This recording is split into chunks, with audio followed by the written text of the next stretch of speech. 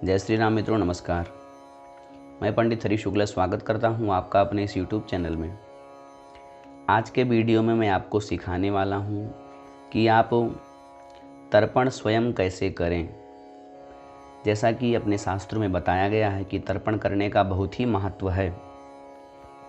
अपने पितरों को हमें जल देना चाहिए, उनको तर्पण करना चाहिए। तर्पण करने से हमें हमारे घर में बहुत ही सुख शांति आदि की प्राप्ति होती है। इसलिए हमें स्नानांग तर्पण जो विधि बताया गया है वह हम नित्य कर सकते हैं।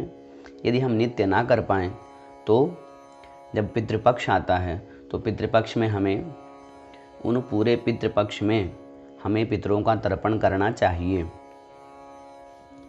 आइए सबसे पहले यह जान लेते हैं कि तर्पण करने का क्या फल मिलता है।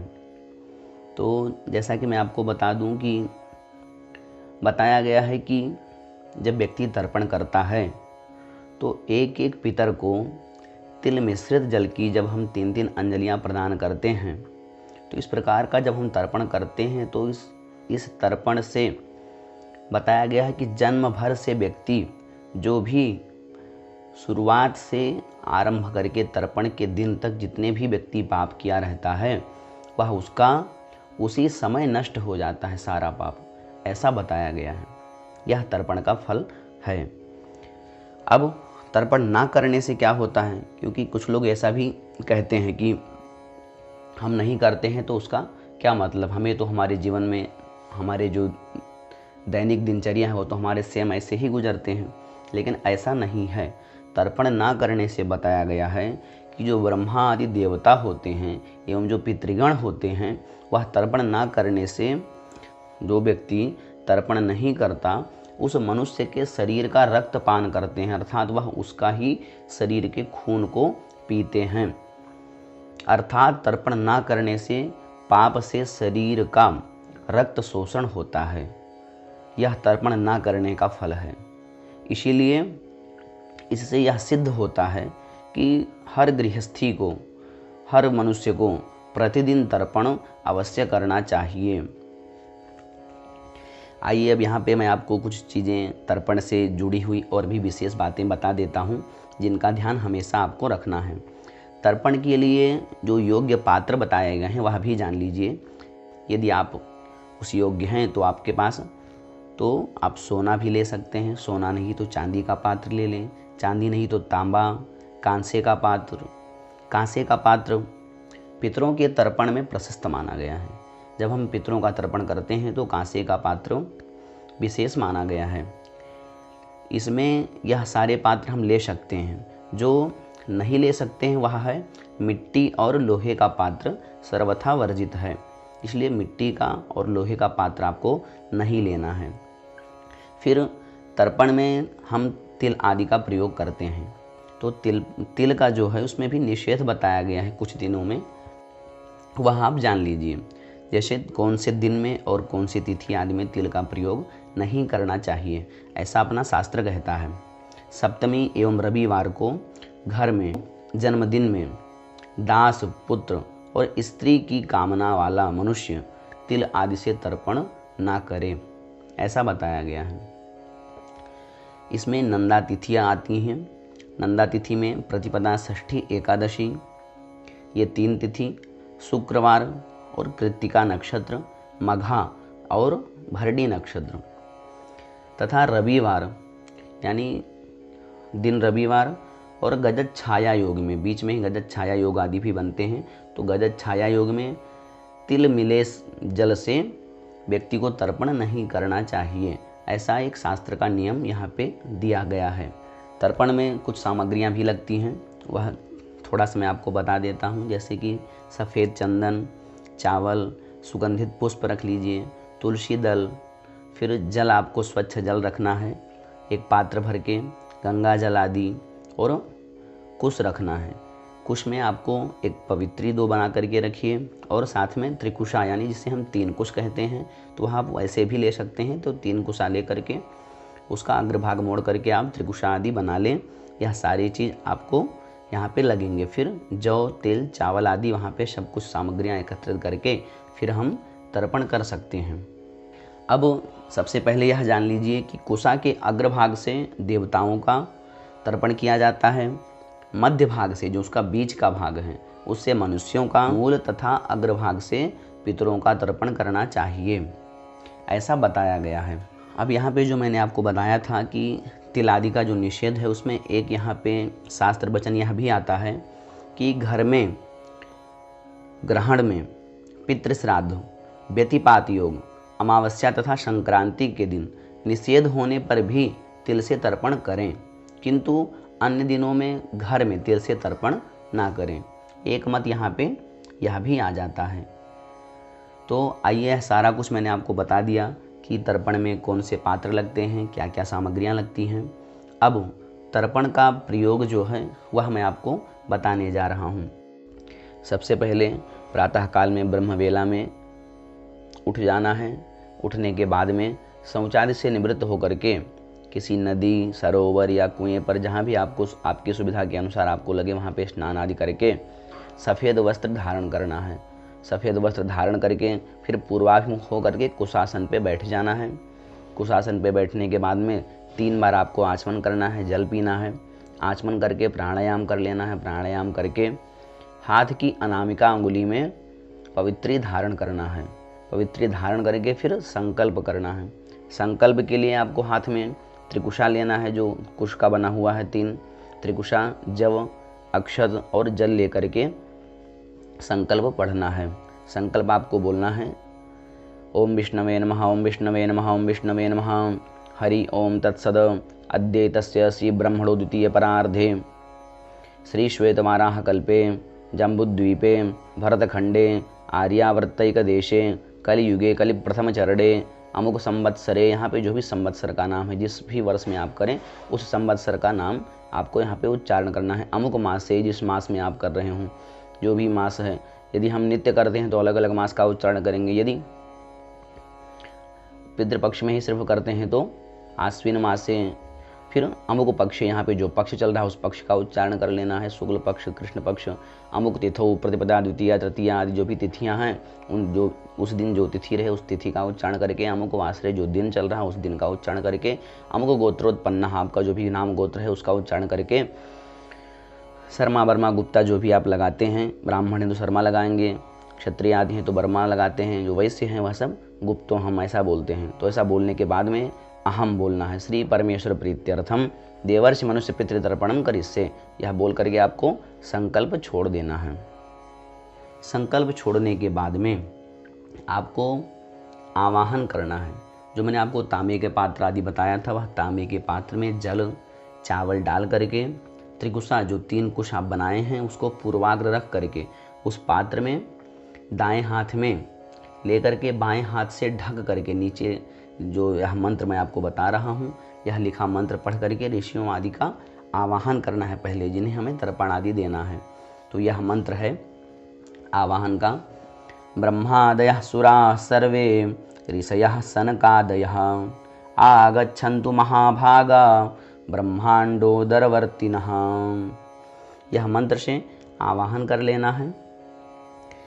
आवाहन करने के बाद में यहाँ पे आपको पूर्व दिशा की ओर मुख करना है। जब देव तर्पण होगा तो पूर्व दिशा की ओर मुख करके जनेऊ को आपको सभ्य रखना है। सभ्य, आप सभ्य जान लीजिए, जब सभ्य होता है, जब जनेऊ हमारे बाएं कंधे पे होता है और दाहिने हाथ उसमें निकाल करके हम ऊपर रखते हैं, वह सभ्य है, जैसा हम हमेशा पहनते हैं। और अपसभ्य होता है जब वह दाहिने कंधे पे जनेऊ होता है और हम बायां हाथ जनेऊ में अंदर डाल करके निकालते हैं, वह अपसभ्य होता है। तो सभ्य अपसभ्य का आपको ध्यान रखना है। उसमें आप चाहें तो एक जनेऊ को आप अंगोछे में भी बांध करके रख सकते हैं, ताकि आपको सभ्य अपसभ्य करने में बहुत ही आसानी हो। तो जब हम देवताओं का तर्पण करेंगे तो पूर्व मुख की ओर, दिशा की ओर हमारा मुख होना चाहिए और जनेऊ सभ्य रखें। दाहिना जो घुटना है आपका वह ज़मीन पर लगा कर बैठें। जैसा कि मैं आपको बता दूं, देव कार्य में दाहिना घुटना हमारा ज़मीन पर लगा होना चाहिए, बायां उठा हो। और जो पितृ कार्य जब हम करते हैं तो उसमें बायां घुटना हमारा ज़मीन पर लगा हो, दाहिना उठा होना चाहिए, ऐसा शास्त्र अपना कहता है। तो दाहिना घुटना आपका ज़मीन पर लगा करके बैठें। अर्घ्य पात्र में चावल छोड़ें। 3 कुशों को पूर्व की ओर अग्रभाग करके रखें। जल की अंजलि बनाना है आपको। एक एक जल की अंजलि ही देव तीर्थ से आपको देना है। यहाँ पे मैं आपको तीर्थों के बारे में थोड़ा सा बता दूँ। हमारे हाथ में ही अलग अलग तीर्थ बताए गए हैं। यहाँ आपको मैं एक फ़ोटो भी दिखा रहा हूँ, जिससे देव तीर्थ, पितृतीर्थ और प्राजापत्य तीर्थ आदि आपको मालूम पड़ जाए। तो आपको जो अग्रभाग है हमारा, उंगलियों के अग्रभाग को हम देव तीर्थ कहते हैं। तो देव तीर्थ से तृप्यताम कह के एक एक अंजलि जल देते जाएं। अब यहाँ पे एक एक जो उनके नाम लिखे हैं, उन एक एक नाम से एक एक अंजलि जल उनको देना है। एक एक नाम पढ़ते जाएं और एक एक अंजलि जल देते रहना है। ओम ब्रह्मा तृप्यताम, ओम विष्णुस्तृप्यताम, ओम रुद्रस्तृप्यताम, ओम प्रजापतिस्तृप्यताम, ओम देवास्तृप्यन्ताम, ओम छन्दांसि तृप्यन्ताम, ओम वेदास्तृप्यन्ताम, ओम ऋषयस्तृप्यन्ताम, ओम पुराणाचार्यास्तृप्यन्ताम, ओम गंधर्वास्तृप्यन्ताम, ओम इतराचार्यास्तृप्यन्ताम, ओम संवत्सरः सावयवस्तृप्यताम, ओम देव्यस्तृप्यन्ताम, ओम अप्सरसस्तृप्यन्ताम, ओम देवानुगास्तृप्यन्ताम, ओम नागास्तृप्यन्ताम, ओम सागरास्तृप्यन्ताम, ओम पर्वतास्तृप्यन्ताम, ओम सरितस्तृप्यन्ताम, ओम मनुष्यास्तृप्यन्ताम, ओम यक्षास्तृप्यन्ताम, ओम रक्षांस्तृप्यन्ताम, ओम पिशाचास्तृप्यन्ताम, ओम सुपर्णास्तृप्यन्ताम, ओम भूतानि तृप्यन्ताम, ओम पशवस्तृप्यन्ताम, ओम वनस्पतयस्तृप्यन्ताम, ओम औषधयस्तृप्यन्ताम, ओम भूतग्रामश्चतुर्विधस्तृप्यताम। यह हमारा हो गया देवतर्पण। देवतर्पण के बाद में अब यहाँ पे आता है ऋषि तर्पण। ऋषि तर्पण इसी प्रकार जो यहाँ पे मंत्र उनके वाक्य दिए जा रहे हैं, मरीचि आदि ऋषियों को भी एक एक अंजलि जल देना है। ओम मरीचिस्तृप्यताम, ओम अत्रिस्तृप्यताम, ओम अंगिरास्तृप्यताम, ओम पुलस्त्यस्तृप्यताम, ओम पुलहस्तृप्यताम, ओम क्रतुस्तृप्यताम, ओम वसिष्ठस्तृप्यताम, ओम प्रचेतास्तृप्यताम, ओम भृगुस्तृप्यताम, ओम नारदस्तृप्यताम। यहाँ पे ऋषियों का तर्पण हो गया। ऋषियों का तर्पण होने के बाद में यहाँ पे अब आता है दिव्य मनुष्य तर्पण। तो दिव्य मनुष्य तर्पण के लिए जनेऊ को आपको माला की तरह पहन लेना है, जैसे माला पहनते हैं। फिर जो कुश को बताया गया है, उस कुश को आपको कनिष्ठिका के मूल भाग में उत्तराग्र की तरफ रखना है। उत्तर की तरफ आपको कुश रख लेना है और स्वयं भी उत्तराभिमुख होकर के आपको बैठ जाना है। फिर एक एक नाम से 2-2 बार पढ़ते हुए प्रत्येक को 2-2 अंजलि जव के सहित में प्राजापत्य के तीर्थ से जल अर्पण करते रहना है। ओम सनकस्तृप्यताम, ओम सनंदनस्तृप्यताम, ओम सनातनस्तृप्यताम, ओम कपिलस्तृप्यताम, ओम आसुरस्तृप्यताम, ओम वोढुस्तृप्यताम, ओम पंचशिखस्तृप्यताम। अब यहाँ पे दिव्य पितृतर्पण करना है। तो दिव्य पितृतर्पण में आपको दक्षिण दिशा की ओर मुख करना है। दक्षिण दिशा की ओर मुख करके फिर आपको अपसभ्य जनेऊ को कर लेना है। जैसा मैंने आपको बताया था, दाहिनी तरफ दाहिने कंधे पर जनेऊ आपका आ जाएगा। जनेऊ को दाहिने कंधे पर रख करके बायां हाथ उसके अंदर से डाल करके निकाल लेना है। बायां घुटना आपका जमीन पर लगा लें, जैसा मैंने आपको बताया था। फिर अर्घ्य पात्र में आपको कृष्ण तिल यानी काला तिल छोड़ना है।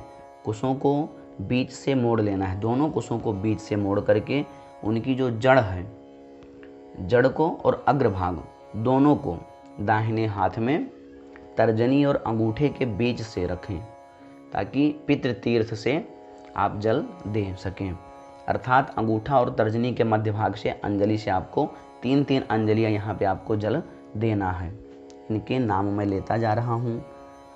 ओम कव्यवाडनलस्तृप्यताम इदम सतिलम जलम तस्मै स्वधा नमः, तस्मै स्वधा नमः, तस्मै स्वधा नमः। ओम सोमस्तृप्यताम इदम सतिलम जलम तस्मै स्वधा नमः, तस्मै स्वधा नमः, तस्मै स्वधा नमः। ओम यमस्तृप्यताम इदम सतिलम जलम तस्मै स्वधा नमः, तस्मै स्वधा नमः, तस्मै स्वधा नमः। ओम अर्यमा तृप्यताम इदम सतिलम जलम तस्मै स्वधा नमः, तस्मै स्वधा नमः, तस्मै स्वधा नमः। निस्वात्ताः पितरस्तृप्यन्ताम इदम सतिलम जलम तेभ्यः स्वधा नमः तेभ्यः स्वधा नमः तेभ्यः स्वधा नमः। ओम सोमपाः पितरस्तृप्यन्ताम् इदं सतिलं जलं तेभ्यः स्वधा नमः तेभ्यः स्वधा नमः तेभ्यः स्वधा नमः। ओम बर्हिषधः पितरस्तृप्यन्ताम् इदं सतिलं जलं तेभ्यः स्वधा नमः तेभ्यः स्वधा नमः तेभ्यः स्वधा नमः। अब यह दिव्य पितृतर्पण आपका यहाँ पे हो गया। अब हमें यम तर्पण करना है। 14 जो यम होते हैं उनको भी पितृतीर्थ से ही 3-3 अंजलि जल हमें प्रदान करना है, उनको जल देना है। वह भी उसमें भी तिल डाल करके ही उनको देना है। यम देवता के एक ही नाम को 3-3 अंजलि जल देना है, इसलिए उनका नाम भी 3 बार लेना है। ऐसे ओम यमाय नमः, ओम यमाय नमः, ओम यमाय नमः। ऐसे ही एक नाम को आपको 3 बार पढ़ना है और 3 बार आपको अंजलि से जल देना है। ओम धर्मराजाय नमः, ओम धर्मराजाय नमः, ओम धर्मराजाय नमः। ओम मृत्यवे नमः, ओम मृत्यवे नमः, ओम मृत्यवे नमः। ओम अंतकाय नमः, ओम अंतकाय नमः, ओम अंतकाय नमः। ओम वैवस्वताय नमः, ओम वैवस्वताय नमः, ओम वैवस्वताय नमः। ओम कालाय नमः, ओम कालाय नमः, ओम कालाय नमः। ओम सर्वभूतक्षयाय नमः, ओम सर्वभूतक्षयाय नमः, ओम सर्वभूतक्षयाय नमः। ओम औदुम्बराय नमः, ओम औदुम्बराय नमः, ओम औदुम्बराय नमः। ओम दध्नाय नमः, ओम दध्नाय नमः, ओम दध्नाय नमः। ओम नीलाय नमः, ओम नीलाय नमः, ओम नीलाय नमः। ओम परमेष्ठिने नमः, ओम परमेष्ठिने नमः, ओम परमेष्ठिने नमः। ओम मृकोदराय नमः, ओम मृकोदराय नमः, ओम मृकोदराय नमः। ओम चित्राय नमः, ओम चित्राय नमः, ओम चित्राय नमः। ओम चित्रगुप्ताय नमः, ओम चित्रगुप्ताय नमः, ओम चित्रगुप्ताय नमः। यह हो गया यम तर्पण। इसके बाद अब यहाँ पे मनुष्य पितृतर्पण करना है।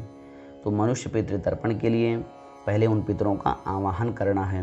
यदि आपको यह वेद मंत्र आता हो तो आप बोल करके अपने पितरों का आवाहन करें। यदि यह मंत्र आपको नहीं आता है तो एक छोटा सा मंत्र है, ओम आगच्छन्तु मे पितरम इमं गृह्णन्तु जलांजलिम।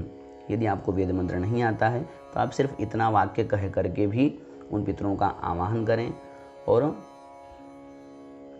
उनको फिर आप जल दे सकते हैं। मंत्र भी सुन लीजिए।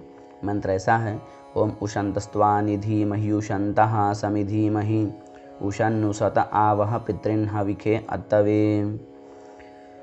दूसरा मंत्र है, ओम आयन्तु नः पितरः सौम्याशो अग्निख्वाताः पतिभिर्देवयानैः अस्मिन् यज्ञे स्वधया मदन्तोऽधिब्रुवन्तु ते त्वस्मान्। इस मंत्र से उनका आवाहन कर लेना है। फिर उसके बाद में पितृगणों का नाम, गोत्र आदि उच्चारण करते हुए प्रत्येक पितरों के लिए जैसा आपने पहले किया था वैसे ही 3-3 अंजलि तिल सहित यहाँ पे जल देना है।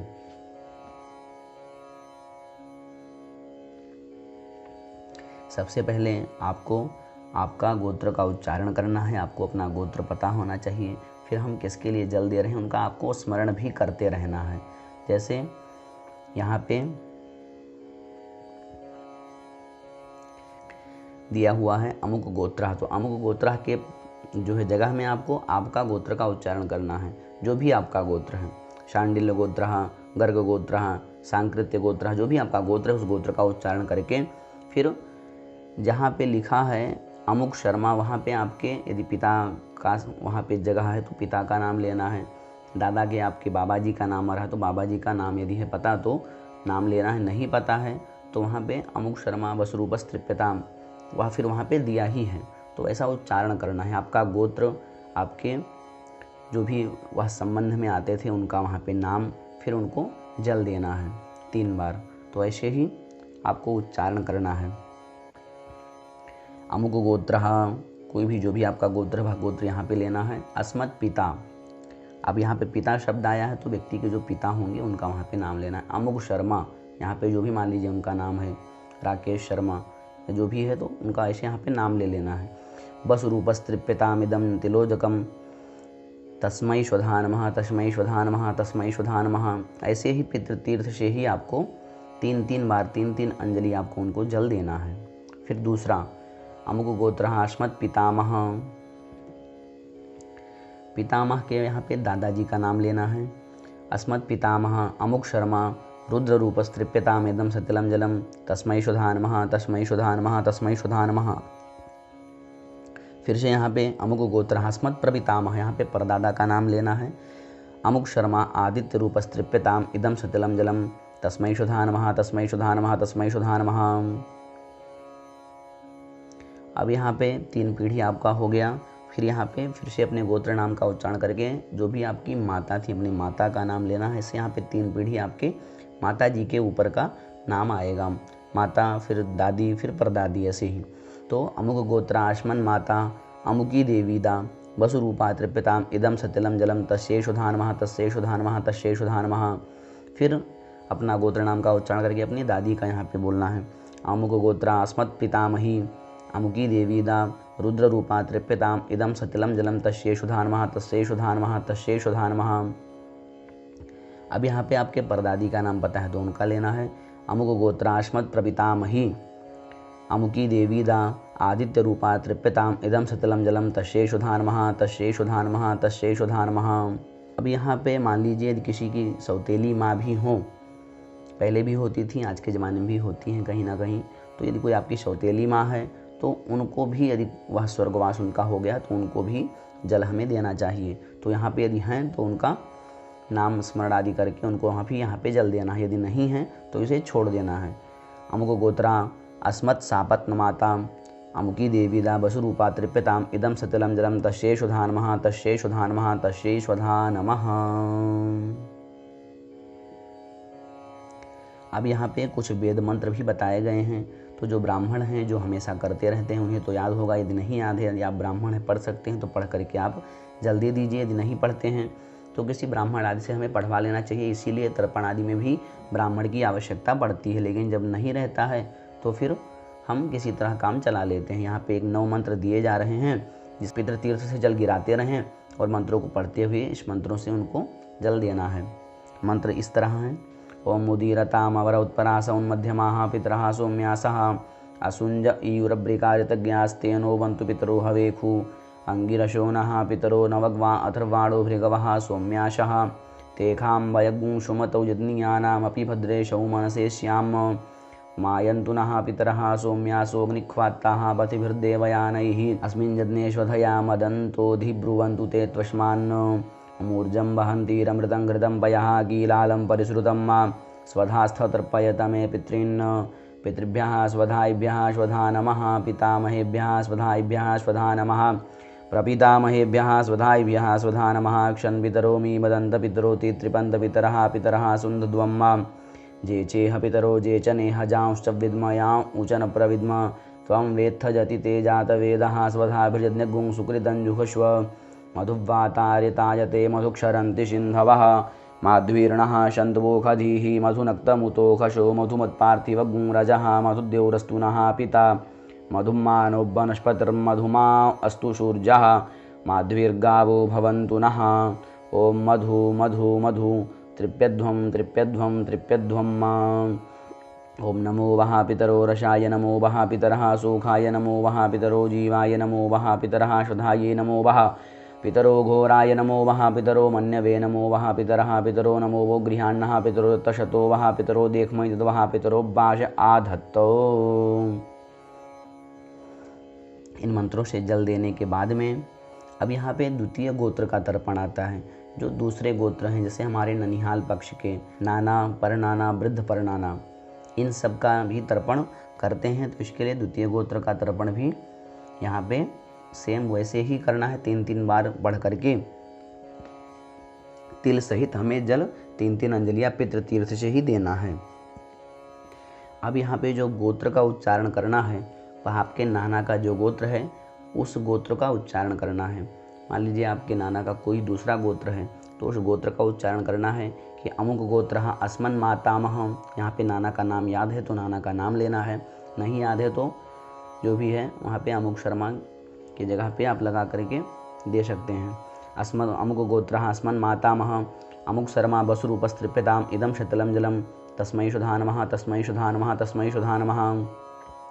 दूसरा परनाना, यहाँ पे परनाना का नाम याद है तो उनके भी नाम गोत्र का उच्चारण करके फिर उनको जल देना है। अमुक गोत्र अस्मत् प्रमातामह अमुक शर्मा रुद्र रूपस्तृप्यताम इदम शतलम जलम तस्मै शुधानमः तस्मै शुधानमः तस्मै शुधानमः। अब जो वृद्ध परनाना है उनका जो है सेम वैसे ही देना है। अमुक गोत्र अस्मद् वृद्ध प्रमातामह अमुक शर्मा आदित्य रूपस्तृप्यताम इदम शतलम जलम तस्मै शुधानमः तस्मै शुधानमः तस्मै शुधानमः। अब यहाँ आगे अपने नानी परनानी वृद्ध परनानी इनकी भी 3 पीढ़ियों का ऐसे इनको भी जल देना है। तो उनके भी गोत्र का उच्चारण करके उनको सेम 3 बार जल देना है। अमुक गोत्र अस्मन् मातामही अमुकी देवी दावसुरूपा तृप्यताम इदम शतलम जलम तस्यै शुधानमः तस्यै शुधानमः तस्यै शुधानमः। फिर परनानी का ओम अमुक गोत्र अस्मत् प्रमातामही अमुकी देवी दा रुद्र रूपा तृप्यताम इदम शतलम जलम तस्यै शुधानमः तस्यै शुधानमः तस्यै शुधानमः। अब यहाँ पे वृद्ध परनानी का देना है। अमुक गोत्र अस्मद् वृद्ध प्रमातामही अमुकी देवी दा आदित्य रूपा तृप्यताम इदम शतलम जलम तस्यै शुधानमः तस्यै शुधानमः तस्यै शुधानमः। यह नाना और नानी तीनों का 3 पीढ़ी का हो गया। उसके बाद यदि किसी की पत्नी आदि भी जो है इनकी पत्नी का स्वर्गवास हो गया हो उनको भी तर्पण देना चाहिए। सबका इसमें अलग अलग बाद में आता जाएगा, तो उसमें उन सबका भी तर्पण देना है। मान लीजिए उसमें से कोई जीवित है तो उनको छोड़ देना है, यदि कोई नहीं जीवित है तो उनको जल तर्पण सबको देना है। यदि किसी की भार्या यानी जिसकी पत्नी का स्वर्गवास हो गया हो तो उसको भी देना है उनका नाम और उनका गोत्र का उच्चारण करके। अमुक गोत्र अस्मत् पत्नी, यहाँ पे अपनी जो भी पत्नी यानी उसकी भार्या का नाम लेना है।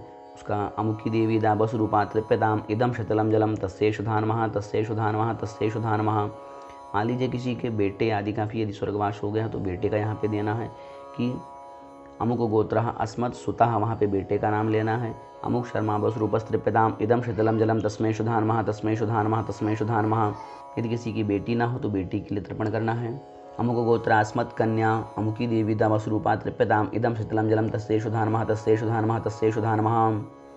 अब यहाँ पे मान लीजिए कोई आपके पिता का भाई हो, जो आपके चाचा वगैरह हैं, उन सबका यदि किसी का स्वर्गवास हो गया तो उनको भी जल देना है। यदि वह 2 हैं 3 हैं तो सबका अलग अलग, मान लीजिए 2 भाई गुजर गए, जो दोनों का अलग अलग नाम से बार बार यहाँ पे उन्हीं का नाम आएगा, सबका अलग अलग, और उन सबको भी जल देना है। अमुक गोत्र अस्मत् पितृभ्यः, पिता के भाई का नाम लेना है। अमुक शर्मा बस रूपस्तृप्यताम इदम शतलम जलम तस्मै शुधानमः तस्मै शुधानमः तस्मै शुधानमः। अब यदि कोई मामा गुजर गए हों तो मामा का भी देना है। 2 हो तो 2 बार देना है, 3 हो तो 3 बार, 1 हो तो 1 बार। सबके नाम अलग अलग सिर्फ आएंगे, उनके गोत्र का उच्चारण करके उनको भी जल देना है। अमुक गोत्र अस्मन् मातुलः अमुक शर्मा वस रूपस्तृप्यताम इदम शतलम जलम तस्मै शुधानमः तस्मै शुधानमः तस्मै शुधानमः। यदि व्यक्ति का कोई स्वयं उसका कोई भाई हो तो उस भाई को भी तर्पण देना है जिसका स्वर्गवास हो गया हो। यदि जीवित हों तो इन सबको आपको छोड़ते चलना है। अमुक गोत्र अस्मत् भ्राता, भाई का नाम लेना है। अमुक शर्मा बस रूपस्तृप्यताम इदम शतलम जलम तस्मै शुधानमः तस्मै शुधानमः तस्मै शुधानमः। यदि कोई सौतेला भाई हो, क्योंकि व्यक्ति का परिवार बंधु जो भी होते हैं वहाँ बहुत बड़े परिवार हर किसी के होते हैं, तो यदि कोई सौतेला भाई का स्वर्गवास हो गया हो तो उसके भी लिए जो है जल आप दे सकते हैं, उसका नाम गोत्र का उच्चारण करके। अमुक गोत्र अस्मत् सापत्न भ्राता अमुक शर्मा बस रूपस्तृप्यताम इदम शतलम जलम तस्मै शुधानमः तस्मै शुधानमः तस्मै शुधानमः। यदि कोई आपके पिता की बहन, जिसे हम बुआ कहते हैं, यदि आपकी कोई बुआ आदि भी जो है जिनका स्वर्गवास हो गया उनके लिए भी जल देना है, तो उनका भी नाम गोत्र का उच्चारण करना है। अमुक गोत्र अस्मत् पितृभगिनी अमुकी देवी दा बस रूपा तृप्यताम इदम शतलम जलम तस्यै शुधानमः तस्यै शुधानमः तस्यै शुधानमः। यदि कोई मौसी ना हो तो मौसी के लिए जल देना है, उनके गोत्र का उच्चारण करके उनका नाम लेकर के। अमुक गोत्र अस्मन् मातृभगिनी अमुकी देवी दा बस रूपा तृप्यताम इदम शतलम जलम तस्यै शुधानमः तस्यै शुधानमः तस्यै शुधानमः। यदि आपकी कोई सगी बहन हो तो उनका भी लेना है। अमुक गोत्र अस्मद् आत्मभगिनी अमुकी देवी दा बस रूपा तृप्यताम इदम शतलम जलम तस्यै शुधानमः तस्यै शुधानमः तस्यै शुधानमः। कोई सौतेली बहन हो तो उनको भी देना है। अमुक गोत्र अस्मत् सापत्न भगिनी मुकी देवी दा बस रूपा तृप्यताम इदम शतलम जलम तस्यै शुधानमः तस्यै शुधानमः तस्यै शुधानमः। यदि ससुर उसके गुजर गए हों, ससुर के लिए भी जल देना रहता है। उनका नाम गोत्र आदि का उच्चारण करके अमुक गोत्र अस्मत् श्वशुरः अमुक शर्मा वसुरूपस्तृप्यताम इदम शीतलम जलम तस्मै शुधा नमः तस्मै शुधा नमः तस्मै शुधा नमः। फिर यदि कोई गुरु व्यक्ति का जीवन में है, गुरु बनाते हैं, कोई गुरु ही आपकी जान में यदि कोई गुजर गया हो तो उसके लिए भी जल देना रहता है। अमुक गोत्र अस्मत् गुरु अमुक शर्मा वसुरूपस्तृप्यताम इदम शीतलम जलम तस्मै शुधा नमः तस्मै शुधा नमः तस्मै शुधा नमः। यदि कोई गुरु पत्नी गुजर गई हो तो उसके लिए भी जल देना है। अमुक गोत्रा अस्मत् आचार्य पत्नी अमुकी देवी वसुरूपा तृप्यताम इदम शीतलम जलम तस्यै शुधा नमः तस्यै शुधा नमः तस्यै शुधा नमः। यदि व्यक्ति जीवन में पढ़ाता है, यदि कोई आपका बहुत प्रिय शिष्य रहा हो जिसको आप जानते रहे हो तो उसके लिए भी जल आदि देना चाहिए। यदि वह आपके जान में आपको पता हो तो उसका गोत्र नाम का उच्चारण करके अमुक गोत्र अस्मत् शिष्यः अमुक शर्मा वसुरूपस्तृप्यताम इदम शीतलम जलम तस्मै शुधा नमः तस्मै शुधा नमः तस्मै शुधा नमः। यदि कोई आपका मित्र बंधु जो भी हो जिसे आप बहुत मानते रहे हो, आपका कोई फ्रेंड रहा हो और यदि कोई वह ऐसे आपके जान में गुजर गया हो तो उसके लिए भी जल देना रहता है। उसके नाम गोत्र का उच्चारण करके अमुक गोत्र अस्मत् सखा अमुक शर्मा वसुरूपस्तृप्यताम इदम शीतलम जलम तस्मै शुधा नमः तस्मै शुधा नमः तस्मै शुधा नमः। इसमें यदि आपका कोई आप्त पुरुष हो जिसे आप जानते हो, जिससे आपका प्रेम संबंध लगा रहा हो, जिसको भी आप कोई भी हो, उसका नाम गोत्र आदि उच्चारण करके उन सबको भी आप जल दे सकते हैं। अमुक गोत्र अस्मत् आप्त पुरुषः अमुक शर्मा वसुरूपस्तृप्यताम इदम शीतलम जलम तस्मै शुधा नमः तस्मै शुधा नमः तस्मै शुधा नमः। जो भी बाकी हैं उन सबका यहाँ पे नाम गोत्र आदि का उच्चारण करके ऐसे आप जल दे सकते हैं। जब सबका हो जाए तो इसके बाद आपको फिर से सभ्य हो जाना है। फिर से जनेऊ आपको सीधा करके पूर्वाभिमुख हो करके पूरब की ओर मुख करके बैठ जाएं। फिर इस श्लोक को जो है पढ़ते हुए जल गिराना है आपको। यहाँ पे जो जल आप गिराएंगे वह देव तीर्थ से आपको जल देना है। इन श्लोकों को बोलते हुए देवता, असुर, यक्ष, गंध, राक्षस, गंधर्व जो भी हैं इन सब के लिए यहाँ पे जल दिया जाता है कि यह जितने भी हैं वह सभी हमारे दिए हुए जल से तृप्त हों।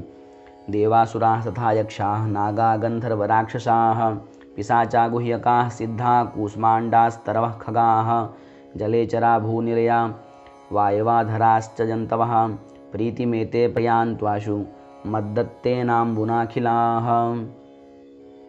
इसके बाद फिर से अपशब्य होकर के जनेऊ को जो भी आप अंगोछे आदि में यदि बांधे हो तो उसके सहित में दाहिने कंधे पर रख करके दक्षिणाभिमुख हो जाना है। दक्षिणाभिमुख होकर के जनेऊ को अपशब्य करके कुशों के बीच से मोड़ करके इनकी जड़ और अग्रभाग को दक्षिण की ओर कर दें। फिर उसके बाद नीचे लिखे हुए श्लोकों को पढ़ करके पितृतीर्थ से आपको जल गिराना है।